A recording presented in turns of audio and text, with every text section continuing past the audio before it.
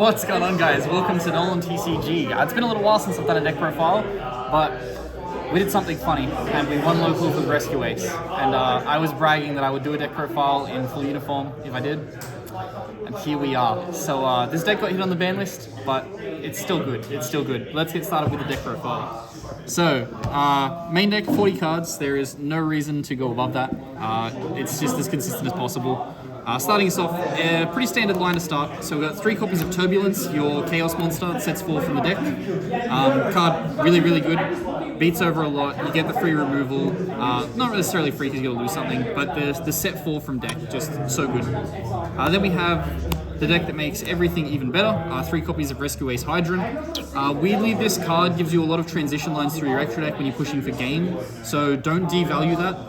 A lot of what this deck is, I always said the extra deck was useless until I got into playing the deck more. The extra deck comes up so much, and Hydrant helps you create so much resource gain out of your extra deck. Also, the free add is really, really good. Then we have our Warriors, so we've got our 3 copies of Airlifter. Of course, your 2-card combo is your Airlifter plus Hydrant, does everything. Adds a spell card on normal summon. You're adding the field spell 9 times out of 10 with this card. Then we have our Trap Searcher, so we've got 2 copies of Monitor. Don't forget that both of these cards and the next card are Impulse, which we're just playing one of, rather controversial, you only need one of it. They all have their hand effects, so keep that in mind. So it's, summon from deck, summon from hand, summon from grave. That comes up in the resource game in your opponent's turn so often. And the reason, we only play the one Impulse is because you're typically going to search this in end phase after you set 4. So you set 4, you have Hydrant face up, you flip the card, you flip the rotor, add this, and then in your opponent's turn you get the free summon from deck. Then we have our free extenders, so we've got our 3 copies of Fire Engine.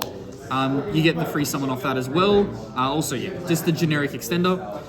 And then we have our other extender, 3 copies of Fire Attacker. You draw 2, discard 1. Triggers another card that's in your deck, although it's not going to trigger that card anymore. But this card also really, really good for your generic extension plays. Then we have a card that I trimmed down to 1. I was originally experimenting with this at 3. It's Therian King Regulus. You can use this to equip Hydrant from your graveyard to turn on your other cards, so that is rather a cute play you can do. Also is just a generic negation that you can set up.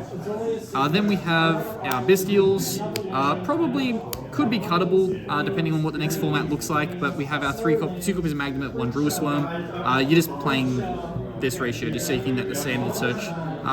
It's a rather tight list in terms of being able to find cards that disrupt your opponent, but that's all going to change because of the next card, which is probably going to mostly come out.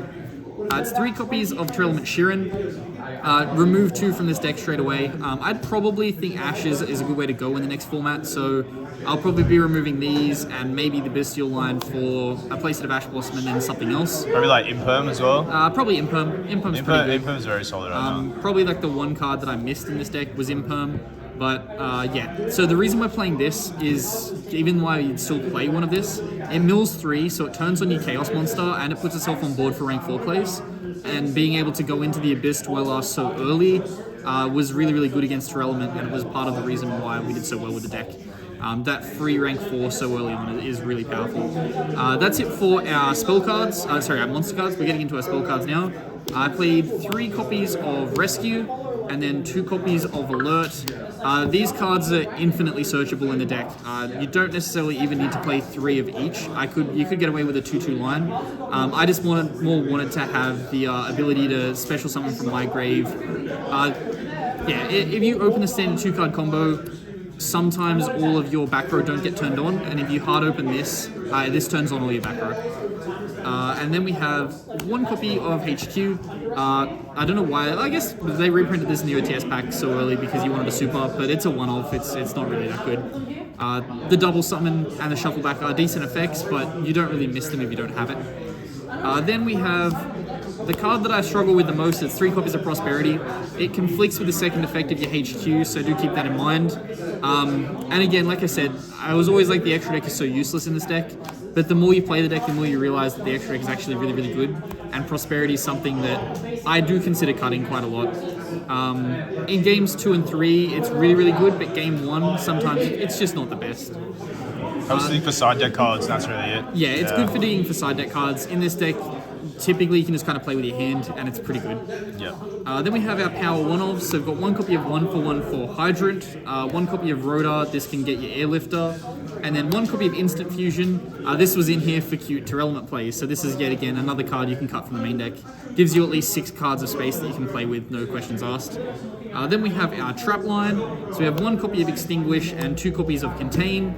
You can recycle them back, so it doesn't really matter if you have them engraved. If you hard open them again, also it doesn't really matter. Something to remember about these cards as well, they don't say once per turn. Everything else in the deck says once per turn. These do not. So if you hard open 1 and you set 4 with your other guy, you just set the 5th card and it's also online, which is, insane. Then we have our extra deck, and I know I've been harping on about how the extra deck is so useful. It's because everything just kind of transitions into itself, into another card, and it can really help you push for games so easily. So starting us off, we have the 1 copy of Link Karibo. This is here so that you can turn your Hydrant into a Dark, which then feeds you into your Dark the Dark Charmer. Rather cute. And against Terror Element especially, you can then just steal something from their graveyard and transition through to a Link 3 and then push a lot more tempo and try and force things out. We then have our 1 copy of Nightmare Phoenix. Simply here is back row removal. There's no Mystic Mine now, so this is where your main deck back row removal comes from. 1 copy of Heater. They're all fires, so it's a good generic extender. If you get ashed, you can go into Heater, summon their ash back, go into Unicorn, and then push game from there. We do have the last of our Link 2s, so it's a Nightmare IPA Masquerena. This is what you typically will make off the standard 2-card combo of Airlifter plus Hydrant. You go into this and then you have your set 4. Yes, everything's not turned on because you don't have Hydrant on your board anymore, but that's the reason why we covered earlier that we play more of the Reborn spell card. Then we have our Link 4s, so we have 1 copy of Appaloosa, 1 target you can go into IP Masquerena off, and then we have our access code talker after that. This is just, for pushing game. You use your Charmers to link through into Unicorn, get into your access code, and then just blitz through your opponent. Then we have our Xyz monsters, so it is 1 copy of Abyss Dweller, of course, stops Terror Element, that's the reason you're playing it.